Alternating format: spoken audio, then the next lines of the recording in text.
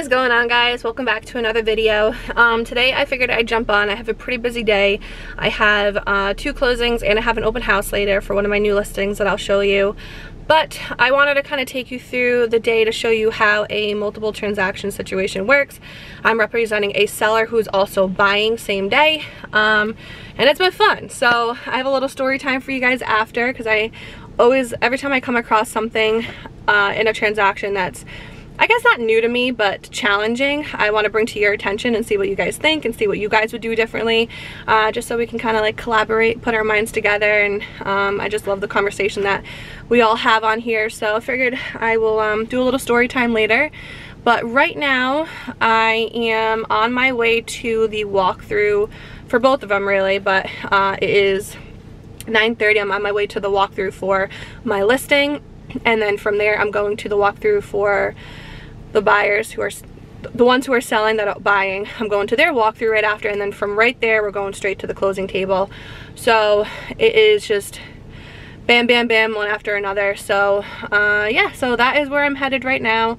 A little update: I am almost 35 weeks pregnant, and it is starting to get very difficult for me. I'm tired all the time, I'm very uncomfortable all the time, but it's all for good measure, it's all for good cause. I'm just kind of embracing it, and I'm just lucky that the uncomfortable and like the uncomfortability and like just all of the things that people complain about in pregnancy are happening to me when I'm like kind of at that final stretch, and because my pregnancy has been pretty good from the beginning, so to say. So I'm lucky on that. But baby girl is growing. I had my baby shower last weekend, which was absolutely amazing, and then the weekend before that my real estate team surprised me with the little baby shower, and they got me my dream stroller. I can't even, every time I think about it I get so emotional. I literally can't believe that they all came together to surprise me, because I've never been surprised in my entire life, like for a surprise party. No one's ever thrown me a surprise party before, so that was very, very, very nice of them.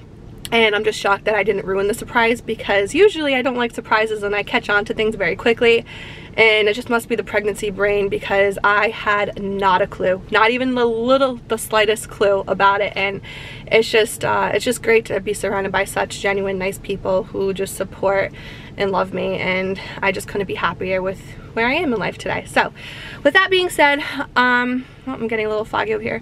With that being said, I'm off to the walkthrough, and I'll let you all know how that goes.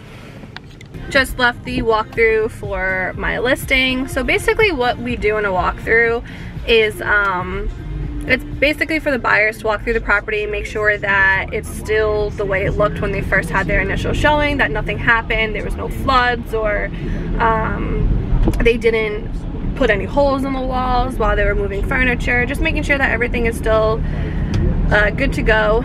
And so it's just a quick little walkthrough of the property. Typically takes about 10-15 minutes depending on the size of the home. Sometimes they'll check like the repairs that we agreed upon if they didn't check them prior to.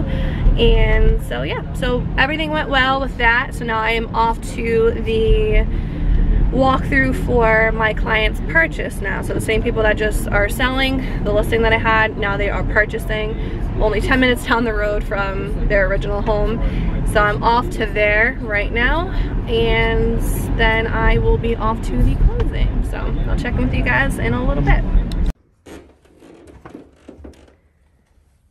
So it's just a lot of running around right now. I really wish like someone can just follow me along and like show you what I do, because it's like so hard to obviously take you in places, and like I'm not gonna sit there in a closing with like a camera. It's just, so I know a lot of this is like in my car and trying to explain to you guys like what I'm doing and stuff, and I know it can kind of seem boring, but I promise I'll figure out a way to make it more entertaining for you. If you have any ideas, let me know. But so basically I just left the attorney's office I left the attorney's office that represented my clients in the sale and their purchase, and then from there I had to drop off the keys to the closing attorney's office, so the attorney that's representing the buyer of my client's sale, and picked up my commission check. So now I have to go drop that off at my brokerage so I can get paid.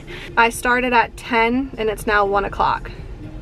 So it took about 3 hours to do 2 walkthroughs and the closing, and then to run the keys over here for the buyers and pick up my check and so forth. So that that's the extent of that. So now, like I said, I'm off to go drop off my checks to my brokerage office so I can get paid, and then I need to go home and eat something before I wither away because I am starving. So let's go do that.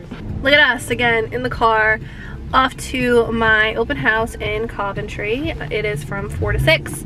So I am headed there now. I will show you a little bit of the inside if I get there before people are actually there.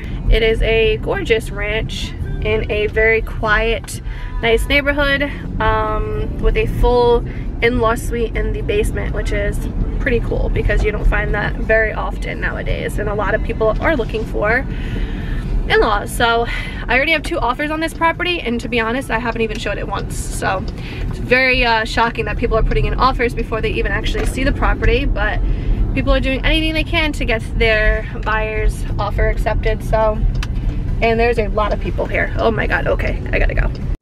So we had a really good turnout of people today. These are all the people that came to our open house. So I'll give you a little tour. So you walk into the living room area, and then you have the dining. This is an area that was converted from a garage to additional living space, which is really nice. You have a little step down so it's separate with nice doors. Around the corner you have the kitchen, which was all updated recently, which is very nice. And then down the hall you have the 3 bedrooms and the full bath, and a gorgeous laundry room.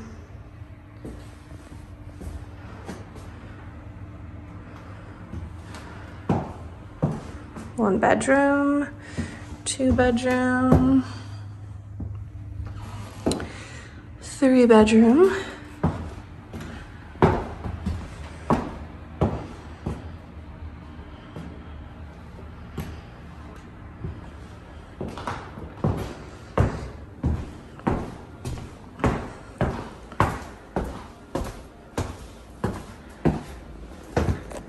So this is downstairs.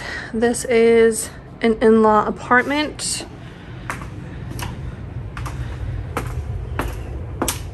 All fully finished. You have a full bathroom. It's a little dark.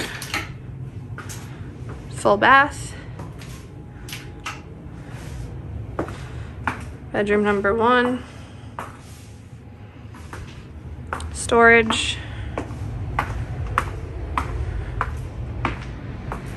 And then you have this whole living area, and then another bedroom down there. Okay, so it's a couple days later. It is Sunday. I am in the office right now because I just had a buyer's appointment with a couple who found me on Instagram actually, and they really liked my marketing and everything like that. So they actually reached out to me and we set up a meeting, and they're going to be my new clients who are looking to purchase a home.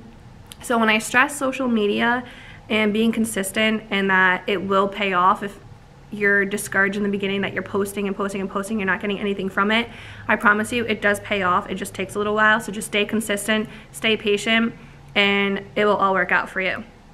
But besides that, I just wanted to come on here and just kind of go over, like I said in the beginning of this video, something that I came across that I wanted to bring to your attention, because every time I come about something, I like to kind of get your feedback and like to open up that conversation and that discussion with potential realtors out there, or even if you're not a realtor, on what you just think about this situation. So obviously I brought you guys through a couple of my closings, and then I had my open house, which we did go ahead and accept an offer on this morning. A very good offer.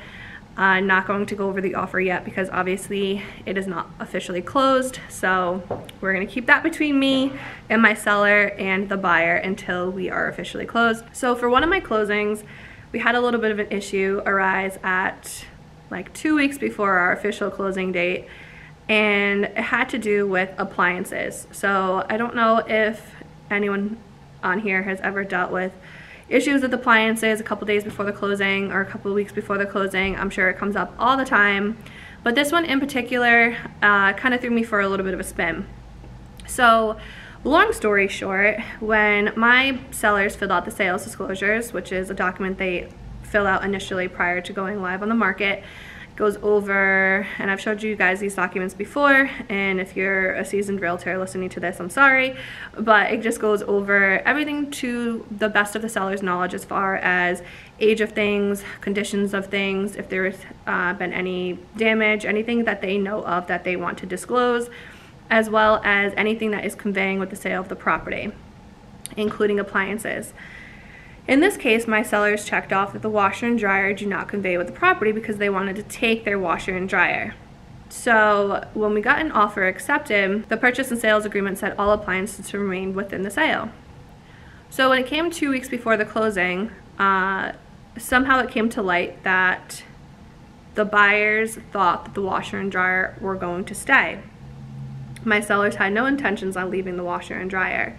So there was a battle between what trumped the other. Was it the sales disclosures that checked off no and my MLS listing that did not state that the washer and dryer are conveying?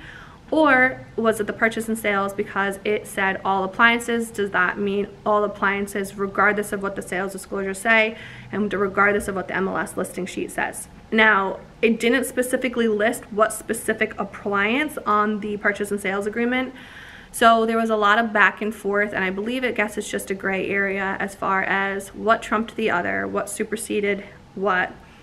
And there was a lot of confrontation, I should say, back and forth between me and the agent, me and the attorneys. I tried to talk to my sellers about leaving the washer and dryer, and they were not having it, and the buyers were just not okay with not having a washer and dryer there. So with a lot of negotiations back and forth, a lot of headaches, a lot of stress, I finally came to the conclusion that what I'm going to do is give the buyer credit from me. So I offered $500 for a washer and dryer because in reality, I don't think the washer and dryers were worth that much money to begin with. So I figured why not just give them what I think the washer and dryer would have been worth, and then they can go ahead and purchase their own washer and dryer and put in the extra money that they need to get the ones that they want. They weren't having it, so we negotiated again and again, and finally we agreed to $1,000 that came out of my commission to go to the buyers for their washer and dryer. So I can't say this is the first time I ever had to give up commission for something. I mean, I feel like that's the nature of the business, and I'm sure a lot of realtors can kind of advocate for me on this, that sometimes you have to do that in order to make a transaction close.